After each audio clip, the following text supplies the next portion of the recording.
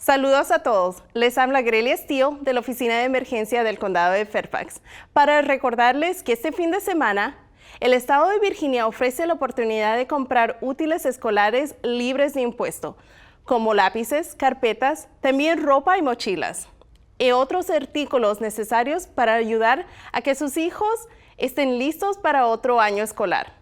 Aparte de estos sumersibles escolares, también puede gozar de comprar artículos de emergencia como linternas, baterías, alarmas de fuego y también botiquines de primeros auxilios sin pagar impuestos.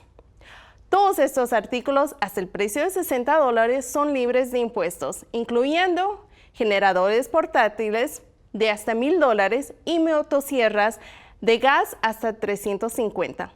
Para más información, visite la página tax.virginia.com.